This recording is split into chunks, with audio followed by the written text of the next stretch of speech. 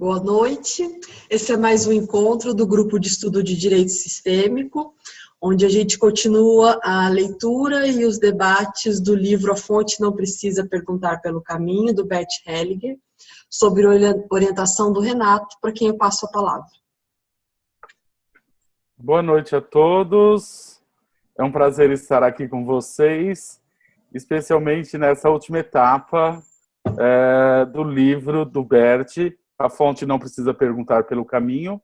Hoje quem vai nos agraciar com a leitura vai ser a Ana, e nós vamos entrar no capítulo final, que é o apêndice. Então, Ana, podemos começar a leitura. Tá.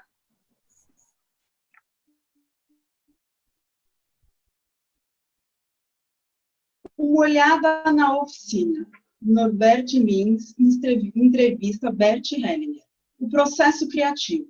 No início da conversa, desejo seguir as pegadas do desenvolvimento de seu trabalho e tentar tornar compreensíveis alguns passos. Não, tá bom, Alice. No Vamos prólogo... Ana, a sua internet está falhando e está picotando a voz. Ah, tá joia. Tudo bem? Nádia, você poderia continuar para a gente, por favor? Começo. Então, o processo criativo. No início da conversa, desejo seguir as pegadas do desenvolvimento de seu trabalho e tentar tornar compreensíveis alguns passos.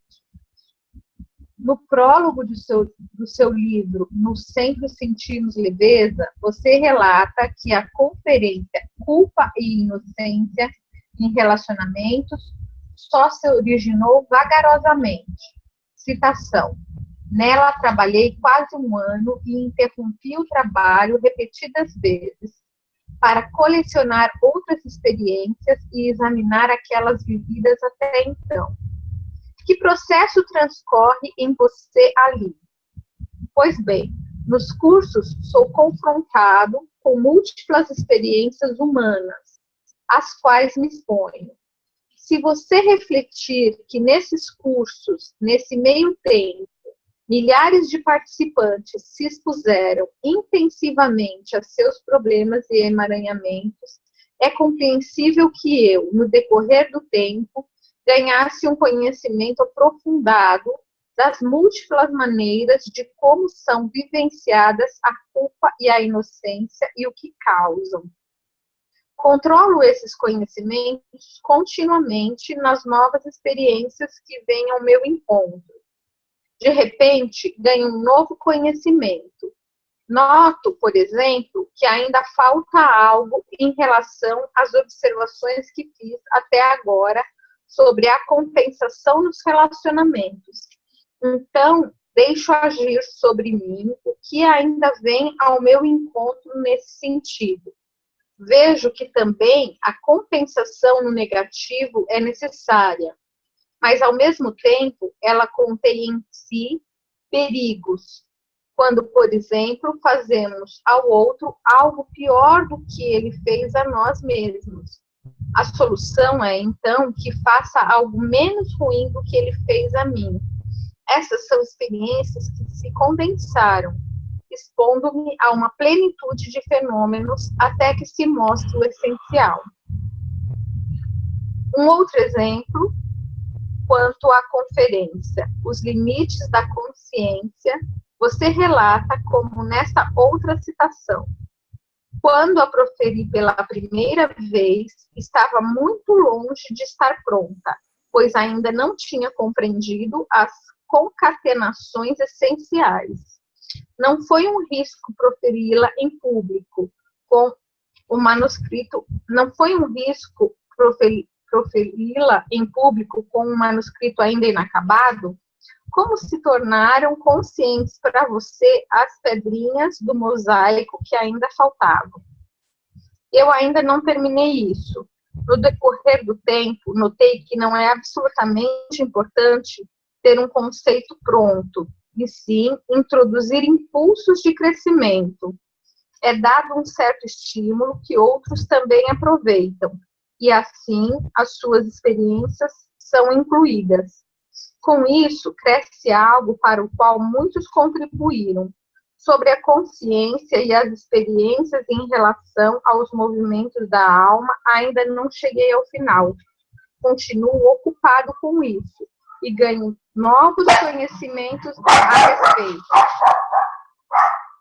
Quando você profere uma conferência, então a reação de seus ouvintes na discussão feita a seguir é uma ajuda estimulante para a continuação do desenvolvimento de suas afirmações? Não.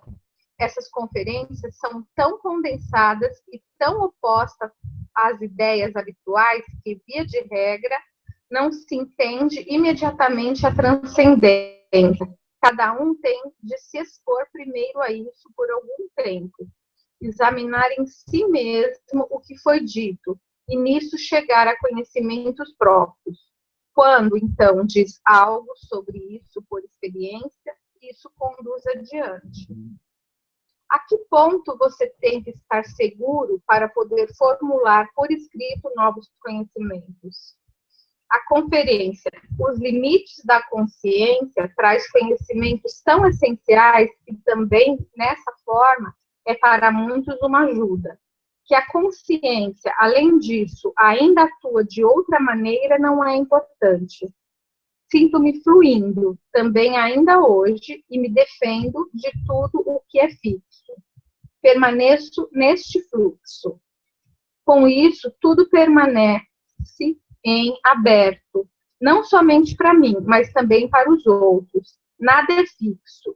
Se os outros estão fluindo comigo, também fazem suas próprias novas experiências. O essencial é o fluxo.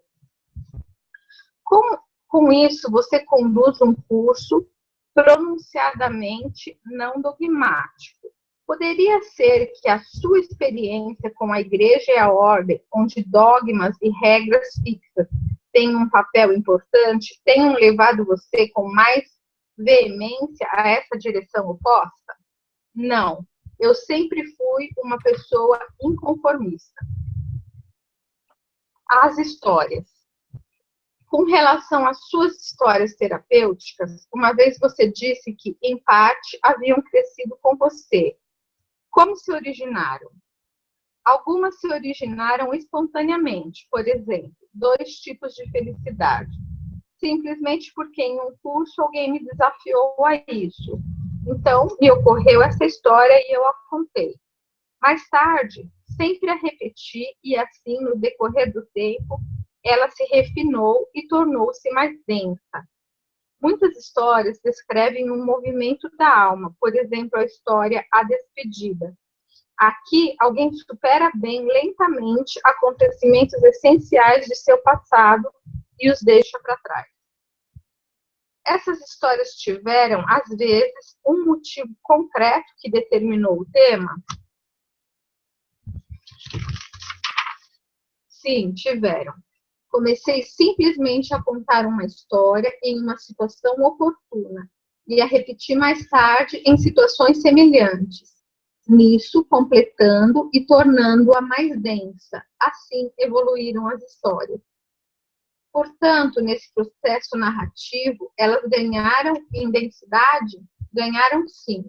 Há também algumas histórias de cunho filosófico, mas nas quais eu trabalhei somente por escrito. A fé maior. Como foi, na sua história, a fé maior? Aqui você tomou do Velho Testamento a imolação de Isaac por Abraão como ponto de partida. Esse motivo tem a ver com a sua formação biológica? Não diretamente, mas observei que também hoje, de forma sacrificadas crianças, e que a história de Abraão ainda atua nas almas exatamente como naquele tempo. Também hoje em dia as crianças têm medo de que o pai ou a mãe estejam dispostos a sacrificá-las. A história bíblica diz, na verdade, Deus não quer tal sacrifício.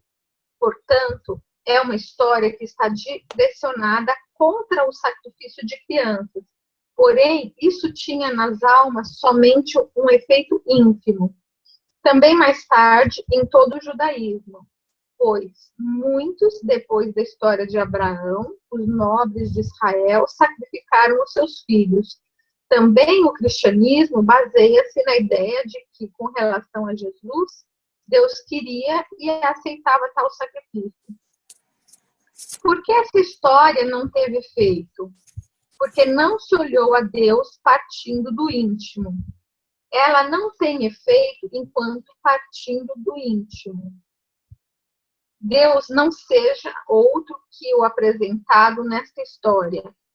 O mesmo Deus que intervém de fora tinha pedido a Abraão anteriormente para sacrificar seu filho. O passo decisivo de desenvolvimento seria que um pai, frente a esse Deus que se revela como um verdadeiro Deus, resistisse desde o princípio e dissesse: isso eu não faço.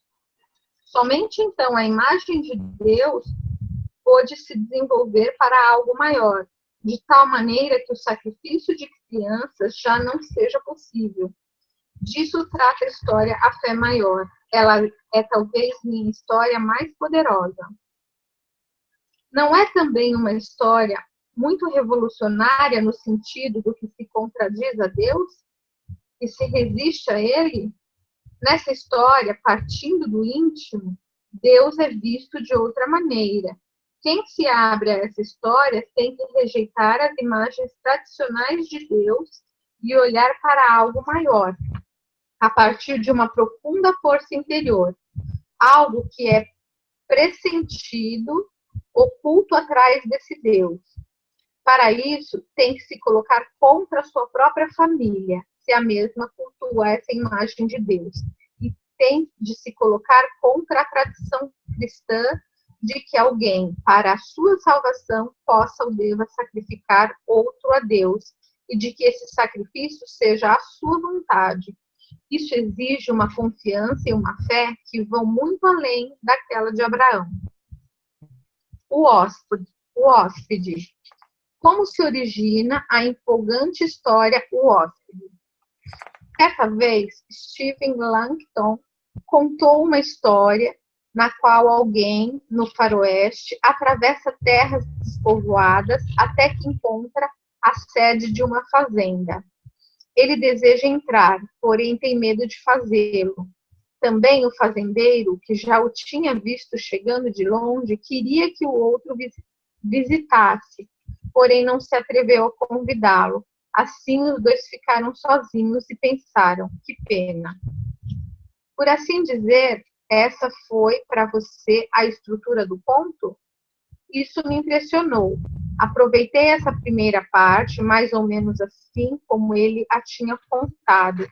Então, continuei essa história até o oposto, onde um procurava o encontro e o outro não. Portanto, bem diferente. Depois, introduzi nela o tema da morte como hóspede permanente. Então, as duas primeiras partes serviram de preparação para, por assim dizer, uma indução de transe. Alguns ouvintes me disseram que nunca tinham escutado a última parte, porque estavam totalmente em transe. Você deseja alcançar este nível de transe também nas outras histórias? Não diretamente, ele se origina. Existe a intenção de que se desenvolva um efeito especial? Eu não tenho essa intenção. Começo a história e, de repente, ela conduz os ouvintes para um outro estado no qual podem estar totalmente em si mesmos. Muitas dessas histórias descrevem, naturalmente, também uma situação dramática. A longa preparação conduz, então, ao drama e o prepara, mas eu o faço intuitivamente. Quanto tempo você trabalha nessas histórias? Na história O Hóspede, certamente trabalhei meses. E também a narrou repetidas vezes em cursos e, narrando-a, continuou a desenvolvê-la? Sim, a última parte dessa história, o encontro com a morte, é o decisivo. Escrevi essa parte a partir de um movimento interno. Por conseguinte, imaginar tais histórias é um processo criativo bem diferente do que a elaboração de uma conferência. Eu não imagino as histórias, elas me sobrevêm. O não ser. Como foi com o não ser? A história difícil de entender. A história difícil de entender. A história, o não ser é, pois, uma história filosófica muito sutil. Comecei na frase que descreve um monge que estava perante um mercador e lhe pedia uma esmola. Mas eu não sabia como a história poderia continuar e a pus de lado. Depois de um ano, essa frase estava diante de mim outra vez. E, de repente, me vieram as outras frases. Então, me detenho nesse tema até que se mostre o essencial. Mas essas frases, às vezes, dizem-me algo que eu mesmo não compreendo. Portanto, quando escrevo, estou ligado a algo que tanto me mostra alguma coisa, como também me oculta algo. Mas o oculto e não dito atuam também. Isso é válido também para as minhas outras histórias filosóficas. Quanto tempo você trabalhou na história O Não Ser? Quando comecei pela segunda vez, com certeza, ainda alguns meses. Frequentemente estava sentado no trem e, de repente, afloravam outras imagens e frases dessa história. As frases vêm como pedrinhas de um mosaico, um pedaço aqui, um pedaço lá. E eu não sei diretamente onde pertencem. Por exemplo, a frase: o não ser é como a noite, e como a morte, um início desconhecido e, só por um breve instante, assim como um raio nos abre o seu olho.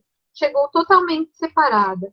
Eu sabia que essa era uma frase maravilhosa e exata, apesar de não poder compreendê-la totalmente. Também o final da história chegou-me muito antes que a parte central existisse. Como você encaixa cada uma das pedrinhas do mosaico em um todo fechado e conforme? O produto final tem a ver com beleza, tem algo estético. Por exemplo, dou atenção ao ritmo estilístico que faz com que a alma vibre junto. Também sempre fica algo não dito. Ok, Nádia, vamos fazer uma pequena pausa, porque também fica muito cansativo para você. E abrir espaço se alguém tem alguma pergunta, embora ele seja tão específico, ou algum comentário também é muito bem-vindo, claro. É muito interessante, né, Renato? Como ele conta, porque a gente vê uma coisa pronta, né? E ele vai falando que demorou tempo, que as frases vinham, né? Ele conta um pouco que ele estava no trem e vem essa história. É muito interessante, né? Porque a gente às vezes espera que algo venha tão inteiro para a gente, né? E não é assim, né? Sim, eu acho incrível ele contar isso.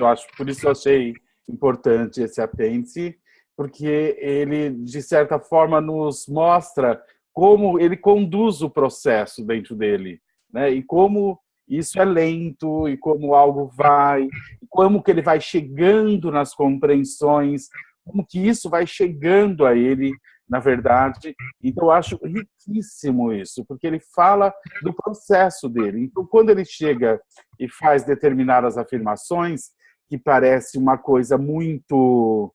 Da onde ele tirou isso, né? A gente vê que isso é fruto de algo muito longo, de algo muito trabalhado, de fruto de muita observação. Isso é fruto de ele estar com milhares e milhares de pessoas trabalhando e emergindo dessas pessoas, dessa experiência, compreensões profundas que chegam a ele não muito através da reflexão, mas que se revelam a ele depois de tanto ele se expor a tantas situações. Eu acho incrível ver como o processo dele funciona. E por isso que às vezes ele faz afirmações que são tão contundentes e ficam chocantes. Por quê? Porque isso é aonde ele chegou e é muito revelador. Às vezes chega a ser assustador. Mas isso não vem do nada. Isso é algo que está em evolução em milhares e milhares de pessoas que ele atende, com a sua experiência e com tudo aquilo que esses trabalhos vão revelando a ele. Então, acho fantástico poder ver nessa leitura esse processo dentro dele, né? Como isso funciona. Legal, muito legal mesmo. Mais alguém gostaria de compartilhar algo?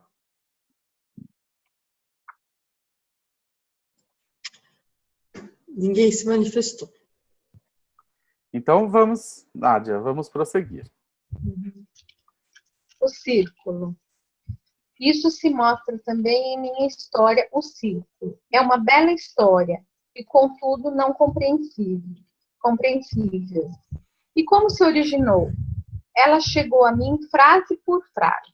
Essa história começa com a frase: um envolvido pediu a alguém que percorria com ele um trecho do mesmo caminho: diga-me, o que conta para nós? Esta é, na verdade, uma pergunta monstruosa. Essa história pode-se dizer também que esse poema escrevi originalmente para cancerosos. O envolvido é uma pessoa acometida de câncer. Por assim dizer, ele pergunta no fim de sua vida: diga-me, o que conta para nós? O desafio dessa pergunta não se pode enfrentar com a mente. Entretanto, de repente, chegou a primeira resposta e eu senti: sim, é isso. Você, às vezes, tem a preocupação de que a fonte seque e que, por assim dizer, não venha a próxima estrofe? Sim. Na segunda estrofe, desisti. Por isso, deixei a história repousar outra vez. Quanto tempo duram tais pausas? 1 mês, 2 meses ou mais? Aí também se necessita paciência consigo mesmo ou... Eu não escrevo tal história porque a necessite. Ela me é presenteada. Quando ela vem, está bem. E quando não vem, também está bem. Você pode ainda dizer alguma coisa sobre a origem da história, a plenitude? Ela começa: um jovem pergunta a um velho: o que diferencia você, que quase já foi de mim, que ainda serei? Quanto tempo você trabalhou nessa história e a retocou? Não muito tempo. A primeira e decisiva frase foi: eu fui mais. De repente, veio-me o que isso significa. Ao redor dessa frase se originou a história. Aforismos. Juntamente com você, pude trabalhar no livrinho Verde que contém aforismos e pequenas histórias.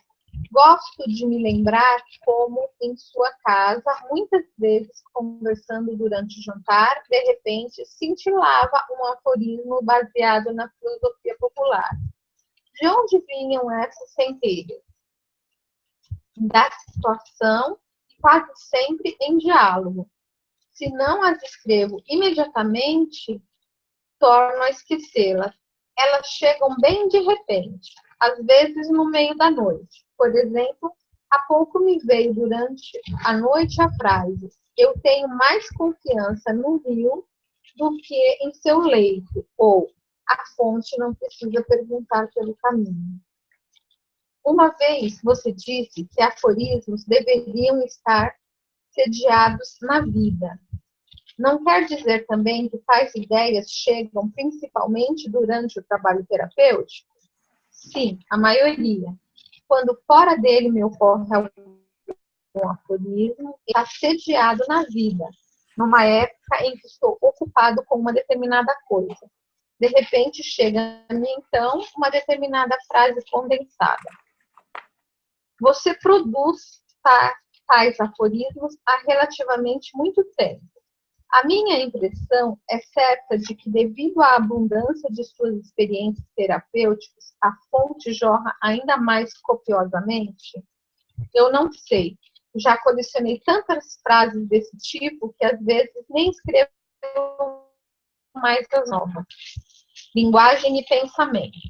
Quando pude ajudar você você, na redação final de textos, vivenciei repetidas vezes o seu esforço em examinar atentamente o conteúdo e o significado de cada palavra. De onde vem essa exatidão nas palavras e quanto é importante para o trabalho terapêutico?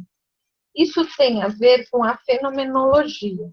Quem entendeu algo também encontra a expressão exata. Essa atinge o objeto e tem, ao mesmo tempo, algo estético. Heidegger é um exemplo disso. Eu procuro longamente pela palavra alemã exata, por isso, em geral, não utilizo estrangeirismos. Você acaba de mencionar Martin Heidegger, que também pertence aos seus mestres no pensamento e na linhagem. O que deve a ele? O que lhe fascina em sua obra? Eu comecei a ler Heidegger há apenas alguns anos. Isso me enriqueceu muito, principalmente a sua visão da verdade.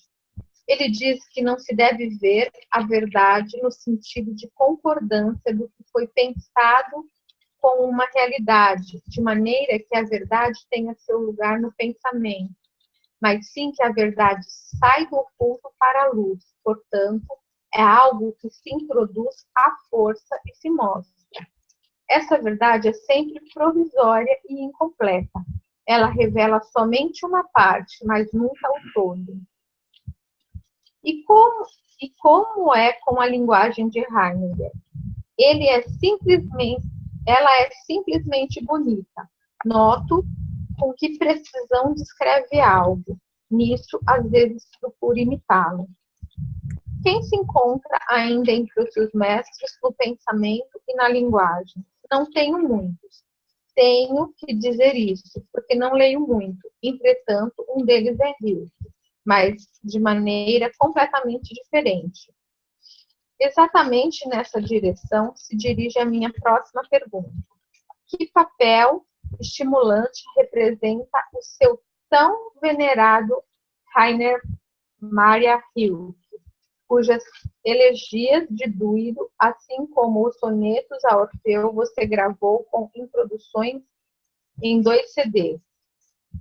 Rilke diz que só pode compreender os sonetos a Orfeu se nos submetermos a eles. O que quer dizer isso concretamente? Tão lindos como são os sonetos a Orfeu, se os vemos somente esteticamente, não os compreendemos. Eles transmitem uma visão do mundo, e a saber, não forjada. Para Rilke, ela é consequência de longa experiência. O essencial é que aí vida e morte ficam entrelaçadas entre si, que o ruim no mundo ou o sofrimento coexistem com o bem e o belo de maneira igualmente essencial. Sua visão do mundo tem uma plenitude que muito me comove, principalmente as elegias de Duino e os sonetos a Orfeu são os que me transmitem isso. Os seus outros poemas são, para mim, menos importantes, apesar de que alguns me toquem muito, por exemplo, o Livro das Horas. Existem ainda outros paralelos entre a sua obra e as declarações dele? Não, eu não me atreveria a tais comparações. Releio sempre as elegias de Duino e os sonetos a Orfeu. Sinto-me enriquecido por ele, mas sigo meu próprio caminho. E o que me comove sem que eu o copie de qualquer maneira. Simplesmente lendo, sinto-me mais forte. Em relação aos psicólogos, qual obra lhe interessa, especialmente quanto ao conteúdo e à linguagem? Agora teria que pensar. Li toda a obra de Freud, uma obra realmente admirável à sua maneira, mas de resto leio poucos psicólogos. Um livro você me recomendou uma vez, um livro de Carlos Castaneda. Sim, ele era um xamã. Seus livros me impressionaram muito, principalmente A Erva do Diabo, A Viagem a Istvan. No A Erva do Diabo aparece o belo ensinamento sobre os inimigos do saber, o medo, a clareza, o poder e a necessidade de descanso. A clareza também é um inimigo do saber? Sim, quando confiamos nela. Se, por exemplo, confiarmos mais numa teoria comprovada do que numa percepção direta. Como é o seu aforismo em relação a isso? Em certo. A prática perturba a teoria. Sim, exatamente. Coragem para o minimalismo. Em nossa entrevista detalhada, perguntas a um amigo em ordem do amor, você deu informação sobre um desenvolvimento como terapeuta desde o início. Em retrospectiva dos 7 anos que se passaram desde então, quais novas modalidades de trabalho foram acrescidas?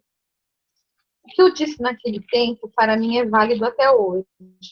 Mas tinha-se também o germe do futuro, por exemplo, o que disse sobre minimalismo ou sobre a coragem. Você pode esclarecer isso mais exatamente? Primeiro, algo sobre a coragem. Quando, em seu trabalho, um terapeuta confia em sua percepção, precisa ter muito fôlego, pois o que atua na alma se desenvolve lentamente. Portanto, ele tem de confiar que os impulsos que ele insere somente mostrarão o seu efeito muito mais tarde. Muitos clientes e terapeutas esperam que a terapia provoque algo imediatamente. Portanto, se uma intervenção não traz uma solução imediatamente, alguns dizem que foi falsa, ou que o terapeuta é incompetente. Talvez o terapeuta seja caracterizado de incapaz até publicamente, ou o acusemos de ter ido muito longe. Resistir e suportar ficar sozinho no final com a sua percepção e, no entanto, confiar nela, isso é coragem. Neste contexto, o que é para você minimalismo? Minimalismo quer dizer para mim alcançar muito com o mínimo possível. O que quer dizer isso concretamente para o trabalho terapêutico? Primeiro, que peço muito poucas informações ao cliente. Segundo, que limito minhas intervenções a um mínimo. Com isso, dou ao movimento da alma no cliente o maior espaço possível. Os movimentos da alma. Em que direção continuou a se desenvolver e ampliar a sua terapia nos últimos anos? Nisso, trata-se principalmente dos movimentos da alma. Como se mostra a alma? Em que direção conduz a alma quando nos confiamos a ela? Ela aponta sempre à união com unidades maiores. Aquilo que antes estava separado se une, formando algo maior. O que estava separado? Dou um exemplo de um dos meus últimos cursos. Lá foram constelados 2 oficiais alemães. Um havia morrido na guerra na Rússia, e o outro, seu amigo, mais tarde havia se casado com a mulher dele. Depois de alguns anos, no dia da morte de seu amigo, com a intenção evidente de suicídio, teve uma queda mortal na escada. No desenvolvimento posterior da constelação, tomei, de um lado, 6 soldados russos e do outro lado, 6 alemães. Depois, tudo ficou entregue aos movimentos da alma, sem qualquer intervenção de fora. Os 2 lados estavam vinculados ao seu povo, e continuaram sendo soldados. Ambos estavam à mercê do destino de seu povo. Entretanto, no fim, tiveram que reconhecer quanto era sem sentido essa guerra. Concretamente, qual foi o retorno que os representantes deram depois dessa constelação? Cada um sentiu uma coisa diferente. Alguns sentiram que logo tinham sido baleados, caíram imediatamente no solo. Outros se vivenciaram como gravemente feridos. Por exemplo, um sentiu que o seu ombro direito havia sido atingido e ele não podia mais mover o seu braço direito. Outros se sentiram traídos e mandados à chacina por seus oficiais. E outros, depois de algum tempo, sentiram compaixão pelo adversário e se dirigiram até ele. Tal constelação espelha uma concreta situação de batalha, ou se trata aqui de experiência coletiva de guerra. Tais constelação fica claro que todos os representantes representam pessoas determinadas e retratam os seus diferentes destinos. Nesta constelação, com base em destinos individuais, ficou demonstrado por parte dos soldados, de maneira incrivelmente impressionante, o absurdo da guerra. Isso uniu os dois lados. Também na constelação de agressores e vítimas, frequentemente se mostra que entre eles existe um vínculo profundo, até mesmo de grande amor.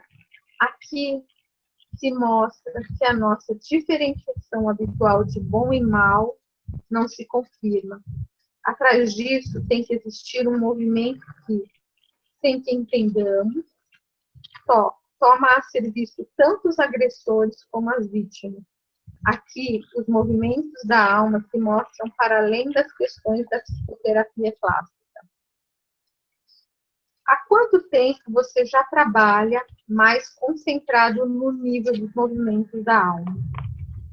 Isso começou lentamente, semelhante aos nossos familiares. Não posso mais dizer com exatidão. Primeiro pensei que fosse uma parte da constelação familiar, até que notei que isso atua num plano mais profundo e mostra outras soluções. Daqui se desenvolveu também uma forma especial de terapia breve, na qual frequentemente não necessito colocar a constelação familiar. Como se pode imaginar isso? O que você faz com o cliente? Eu peço para que se sente ao meu lado e espero concentrado, sem intervir. De repente acontece algo com ele. O que poderia ser? Às vezes, ele se curva para frente e chega a um movimento sem que eu o dirija. Às vezes, também apoio o movimento quando me parece necessário. Por exemplo, abaixando um pouco a sua cabeça, mas não sei para onde o movimento vai levar. Estou em sintonia com o cliente e ele pode confiar inteiramente em mim, porque não intervenho. Portanto, na terapia breve, mostram-se muito nos movimentos da alma. Quando é apropriado essa forma de terapia breve? Lá onde se trata do último, por exemplo, quando alguém está próximo à morte, ou quando tem que se expor a uma culpa da qual se esquivou até agora, ou quando um velho trauma dificulta seu movimento em direção às outras pessoas. Os mortos. O procedimento com os mortos também é algo tratado intensivamente em seu trabalho com as constelações. Na família, os mortos estão, evidentemente, tão presentes como os vivos. Para uma criança, a mãe que morreu está sempre presente. Para a criança, ela não foi embora.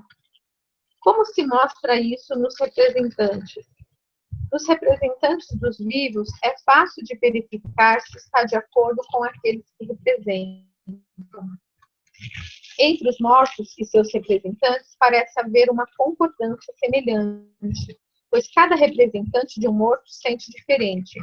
Vê-se, por exemplo, quando vítimas do Holocausto são consteladas. Portanto, em geral, aqui não são os mortos que se mostram, mas certos mortos. Nisso pode-se ver que os vivos e os mortos estão entrelaçados uns com os outros, e tanto os atores vivos como os vivos sobre os mortos. Como atuam uns sobre os outros? Quando numa família os mortos não são respeitados ou não são honrados, sentem-se tristes, muito tristes e perdidos. Quando os vivos se dedicam a eles, os respeitam em sua dignidade e pedem a sua bênção, então a fisionomia dos mortos se clareia e eles se sentem mais leves. Depois, os vivos podem se afastar dos mortos e esses podem se retirar. portanto, aqui atua algo de ambos os lados, dos mortos para os vivos e dos vivos para os mortos. Nádia, um pequeno intervalo, por favor. Alguém tem gostaria de compartilhar algo ou alguma pergunta?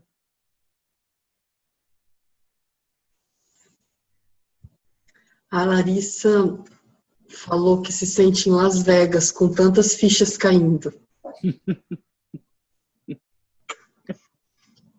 Muito boa essa imagem.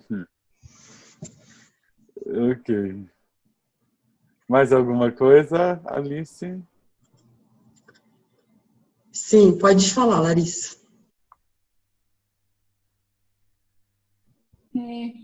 Boa noite, gente.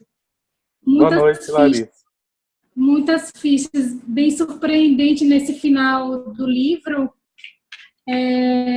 Tantas fichas, eu fiz aqui algumas anotações, Renato.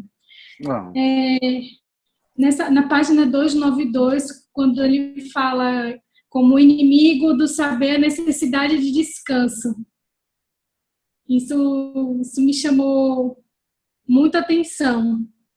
E o paralelo que ele faz entre o livro da Ordens do Amor e esse, A Fonte Não Precisa Perguntar pelo Caminho. E aí eu tive a curiosidade de ver as datas dos livros. E como você acompanha desde há muito tempo, esse livro, A Fonte Não Precisa Perguntar pelo Caminho, ele se mostra atual mesmo, ou existe alguma outra leitura, alguma outra literatura que ele ainda avança mais do que o que ele já falou até aqui, o que a gente leu? Sim. E tá. Uma última coisa que eu gostaria também de partilhar, pensando no grupo como um grupo de pesquisa de estudo de direito sistêmico.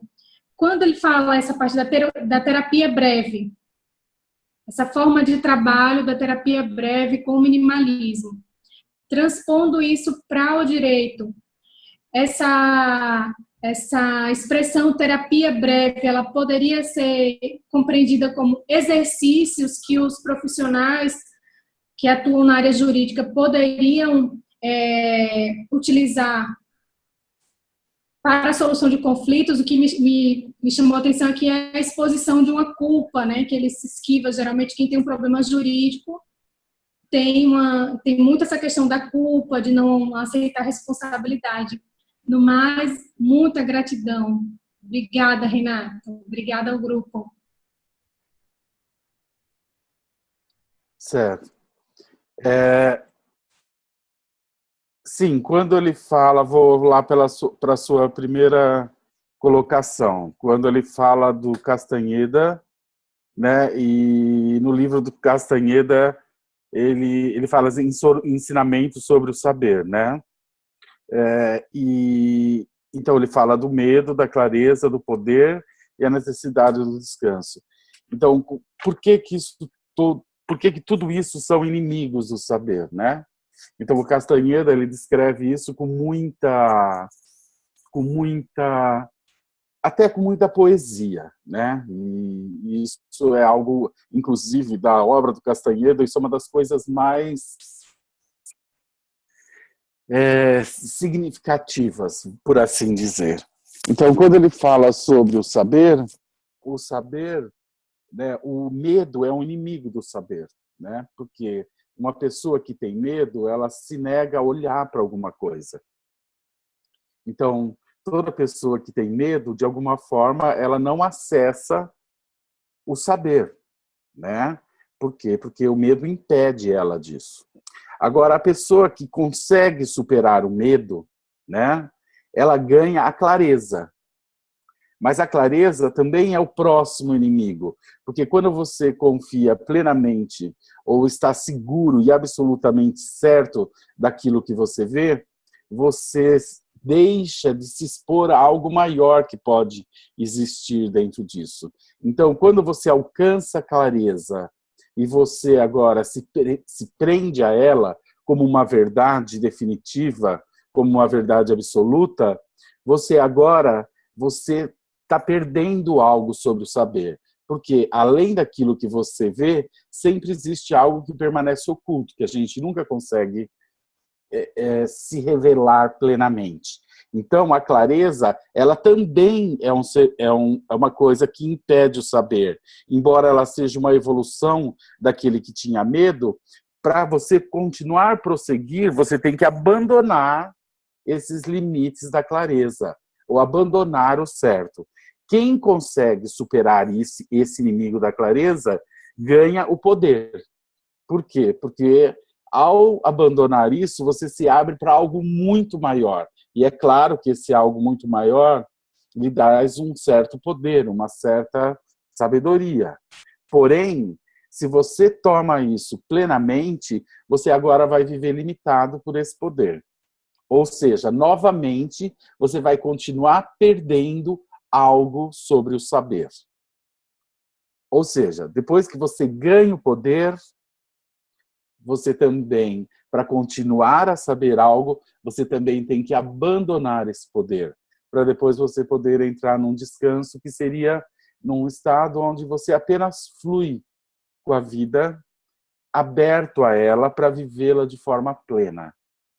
Então, esses inimigos do saber, ele consegue se resumir em tão pouco todo um processo de uma evolução do ser humano e todas as armadilhas e todos os inimigos que ele encontra no meio de todo esse caminho. Então, nessas palavras, a gente consegue entender muitas vezes onde que uma pessoa vive aprisionado e o que impede ela de acessar algo maior. Se ela está presa no medo, na clareza, nas suas certezas, nas suas verdades, ou se ela está aprisionada no poder que esse conhecimento que ela tem o limita. Então, é realmente incrível essa forma como Castanheda conseguiu resumir em tão pouco algo tão profundo e vasto que acompanha a evolução do ser humano no seu processo de ampliação de consciência e sabedoria. Com relação à segunda questão que você coloca, se existem obras mais atuais onde ele aborda outros temas que estão mais alinhados ao trabalho dele atualmente? Sim, existem livros mais atuais, como, por exemplo, Amor do Espírito. É um livro onde ele sai muito fora da constelação familiar, mais propriamente dita, e ele aborda toda a evolução do trabalho dele, já trabalhando de uma forma bastante diferente, com uma atitude também bastante diferente. Então, sim, existem livros mais recentes e mais atuais que abordam tudo isso. Que aborda de uma forma mais geral tudo isso é o Amor do Espírito, né?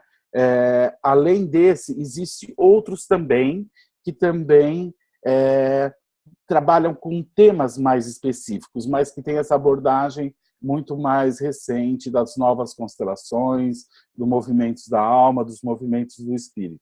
Um Lugar para os Excluídos é um livro que também ele aborda essas tendências mais, esses conhecimentos mais recentes que lhe vêm sido revelados.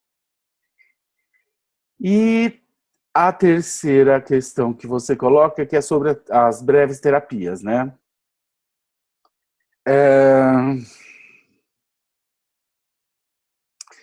Eu vou dizer que isso que ele faz, que ele chama de terapias breves, vamos ver como que eu posso falar sobre isso. Vamos dizer que isso é algo que resume a experiência dele de uma forma... É aquilo que resume a experiência dele no trabalho com as pessoas e com tudo isso que ele veio fazendo e descobrindo da forma mais sintética possível. O que significa isso? Significa que ele abre mão de qualquer intervenção praticamente. Ou seja, ele entra em ressonância com a alma da pessoa e permanece ali em silêncio, até que essa alma lhe revele algo. Quando isso acontece, ele simplesmente segue isso. Às vezes dizendo uma frase, às vezes apoiando o cliente a fazer um movimento, ou às vezes orientando ele a fazer algo muito pequeno. E todo o trabalho se resume a isso, ou todo o trabalho parte disso. Então, assim, embora ele chama isso de terapia breve, a profundidade e a condensação de força que existe nisso é algo difícil de explicar. Então, assim, isso seria algo que poderia utilizar no judiciário diante de determinadas situações? Sim, sim, poderia. E poderia ser muito útil. A questão é as pessoas estarem preparadas para atingir essa profundidade necessária que esse tipo de terapia exige. Então, sim, seria totalmente indicado, seria perfeito, porque são intervenções mínimas, onde você coloca a pessoa em conexão com algo muito essencial. Só que para fazer isso, que é algo tão simples, exige algo muito profundo, uma bagagem exorbitante e um processo de conexão com ressonância, com uma compreensão desse universo sistêmico, com abordagem profunda das novas constelações. Então, eu entendo que isso seria para onde tudo se dirige, mas fazer isso com essa precisão não é fácil encontrar quem o faça. Eu não conheço muitos que o fazem, que não o Bert. Não sei se eu respondi às suas colocações. Totalmente, Renato. Muito obrigada. Nada. Alice, mais alguma coisa? Não. Deixa eu dar uma Então última. vamos... Não, sem manifestações. Então vamos terminar o nosso livro. Vamos lá, Nádia.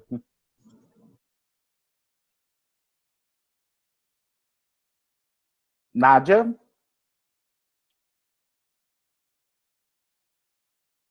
Sim. Oi, vamos continuar. Agora estou ouvindo. Tá. Temas da época. Com o seu desenvolvimento terapêutico, acrescentaram-se também novos temas, como guerra, violência, política, a relação agressor-vítima. Em que direção você olha aqui?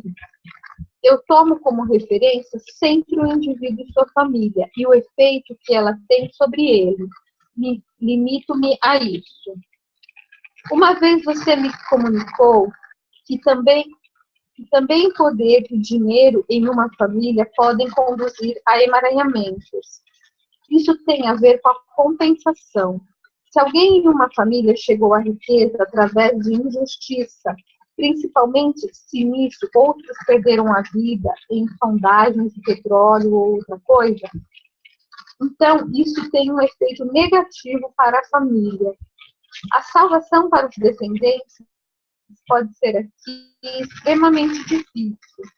Às vezes juntou-se tanta injustiça que só muito dificilmente pode-se encontrar uma solução. Quando, por exemplo, famílias se enriqueceram com propriedades de judeus, de pessoas que morreram num campo de concentração. Então, isso ainda tem um dramaticismo importante? Tem um dramaticismo muito grave. Somente agora isso vem lentamente à luz nas constelações. Por que somente agora? Isso eu não sei. Talvez tenha chegado a hora. Neste contexto, mostra-se também que para os soldados que voltaram da guerra, os seus camaradas e inimigos caídos têm um papel muito importante. Atua quando esses não são respeitados, quando os descendentes não conseguem compreender o que significa para o pai ter voltado, enquanto muitos de seus camaradas morreram, e ele talvez também tenha matado muitos inimigos. Em que direção isso atua? Tivemos um evento em um workshop em Washington. O pai do cliente tinha sido ofendido na Segunda Guerra Mundial no fronte japonês. Muitos de seus camaradas morreram. Na constelação, o filho queria ir para os camaradas caídos e para os inimigos mortos. Não era possível segurá-lo. Mostrou-se que, por causa disso, estava extremamente ameaçado de suicidar-se. Já se sabia que estava ameaçado de suicidar-se? Não, só ficou claro na constelação.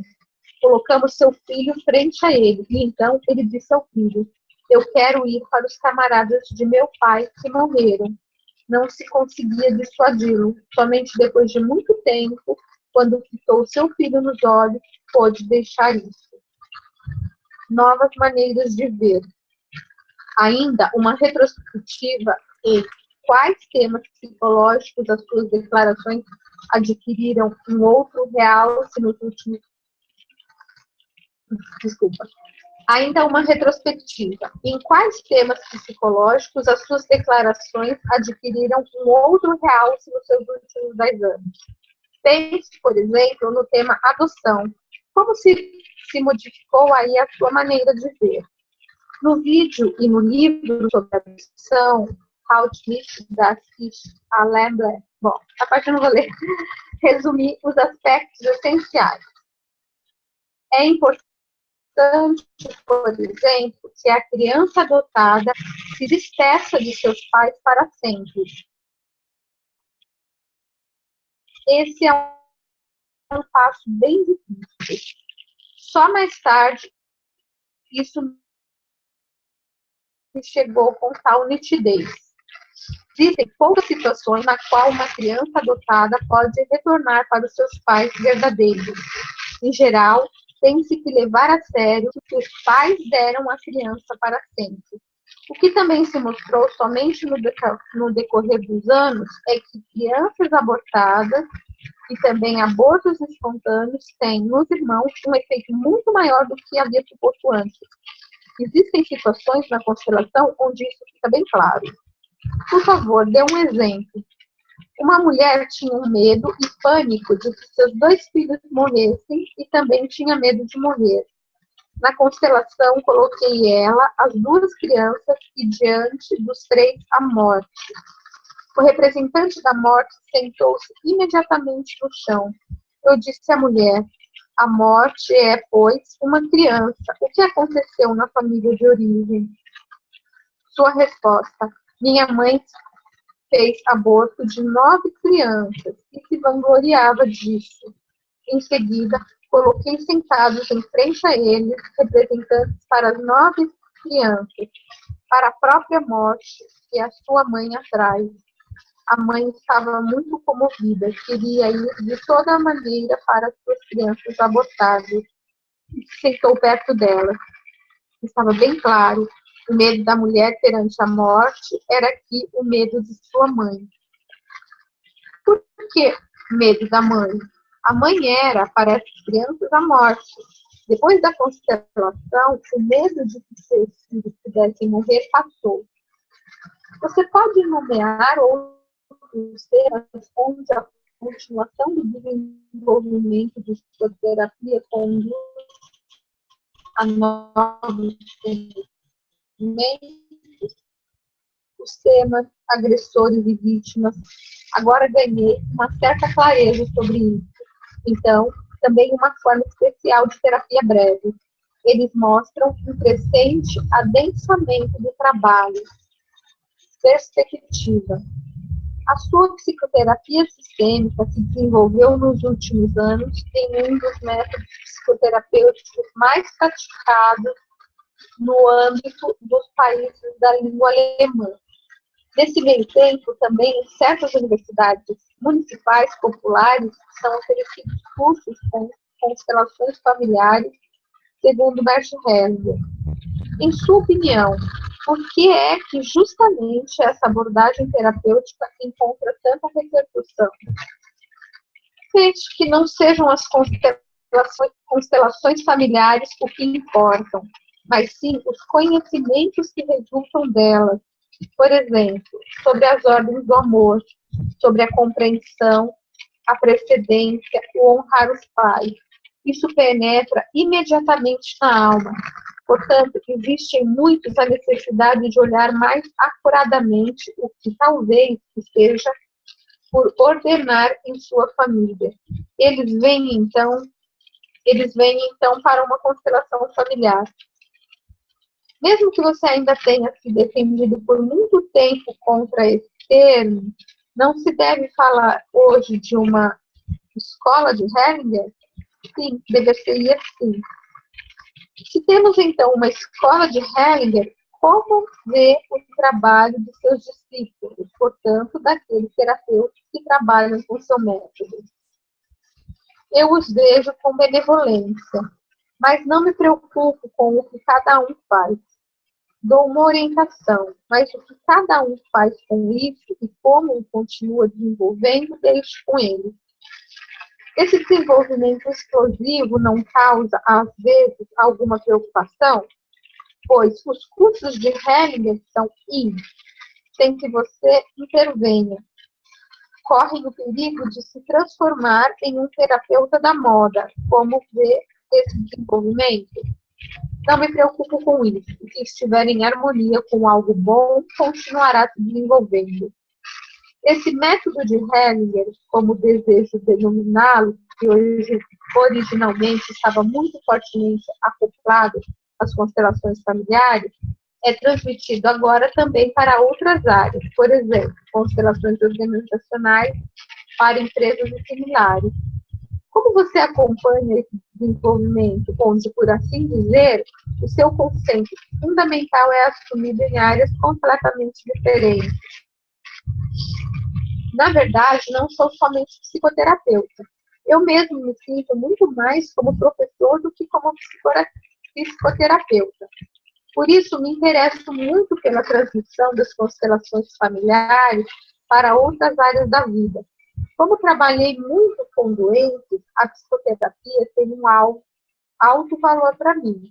Mas me alegro quando vejo que as constelações familiares e os conhecimentos que delas resultam podem ser aplicados também em muitos outros campos fora da psicoterapia.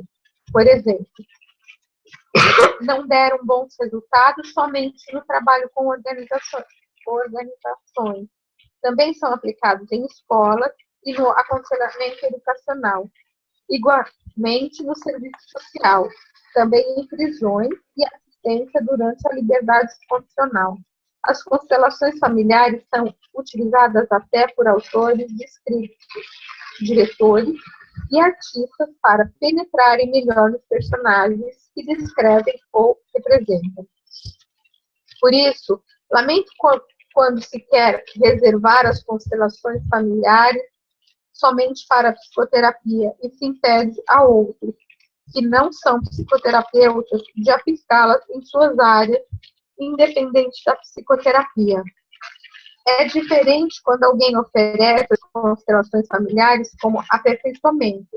Aí são úteis conhecimentos e experiências psicoterapêuticas. Mas se, por exemplo, alguém oferece constelações familiares para organizações, não necessita ser psicoterapeuta. Da mesma maneira, um assistente social ou um professor não necessitam ser psicoterapeutas quando se servem dos conhecimentos das constelações familiares e, em sua área, onde necessário, também os aplicam cônscios de sua responsabilidade. Como você vê o seu papel terapêutico nos dias de hoje? Qual é a sua especial contribuição? O essencial para mim é que o separado seja unido, portanto, que seja superado o desmembramento que vem traçando continuamente desde Descartes, na filosofia e na vida pública. Esse movimento também foi importante e pôs em marcha muitas coisas significantes. Por exemplo, tomemos o iluminismo, no qual o indivíduo pode fazer ele mesmo uma imagem contra doutrinas transmitidas. Ele incentivou o individualismo. O individualismo chega hoje a um inegável fim. Frequentemente foi omitido e até contestado que o indivíduo só possa se desenvolver em intercâmbio com outros. Agora, há um movimento contrário, no qual nos tornamos cada vez mais conscientes do vínculo do indivíduo à sua família e ao seu ambiente.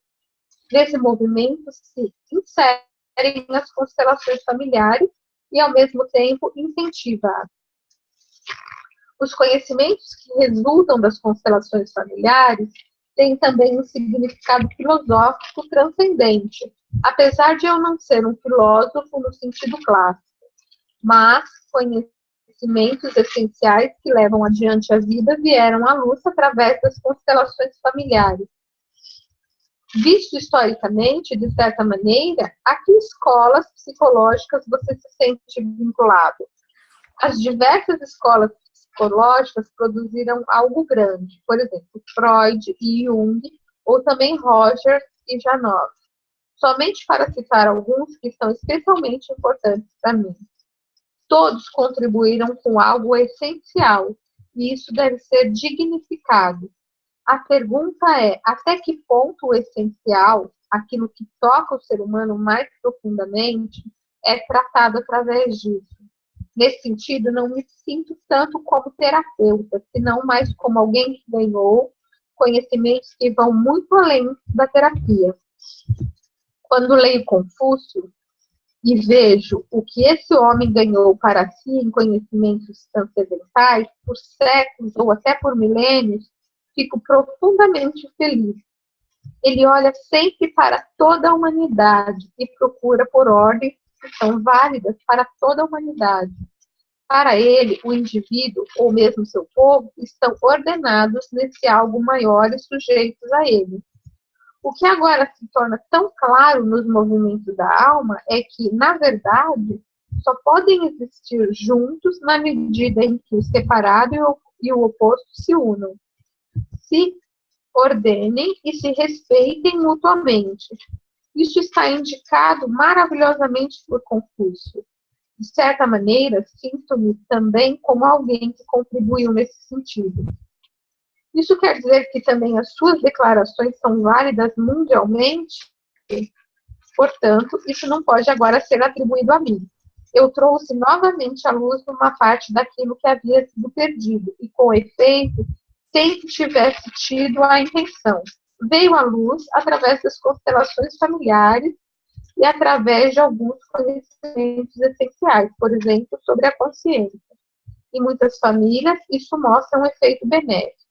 Isso me alegra, mas me sinto aqui somente numa função de servidor. Eu contribuí como me coube, e assim o fiz com prazer. Fim. Fim. Muito obrigado, Nádia. Fim. Eu que agradeço. Sim. Bom, eu contribuí Maravilhoso. coube, e assim o fiz com prazer. Não podia terminar melhor. Não podia.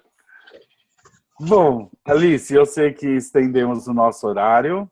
Eu pergunto a você o que fazemos, se tem algum comentário. Eu acho que precisamos ser breves, né? Para não extrapolar demais. Eu só queria deixar avisado para quem vai ouvir mais tarde que a semana que vem é carnaval, então nós não estaremos reunidos. Hoje a gente terminou nosso primeiro livro e a gente volta no dia 7 de março, terça-feira, no mesmo horário, com a leitura do livro Ordens da Ajuda, do Bert Hellinger. Tem alguém que precisa falar ou compartilhar algo?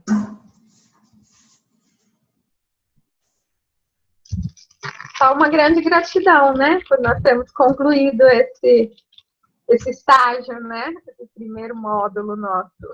Foi maravilhoso. Muito obrigada, Renato. Obrigado, Alice. Bom, é um prazer terminar nosso primeiro livro de grupo de estudo.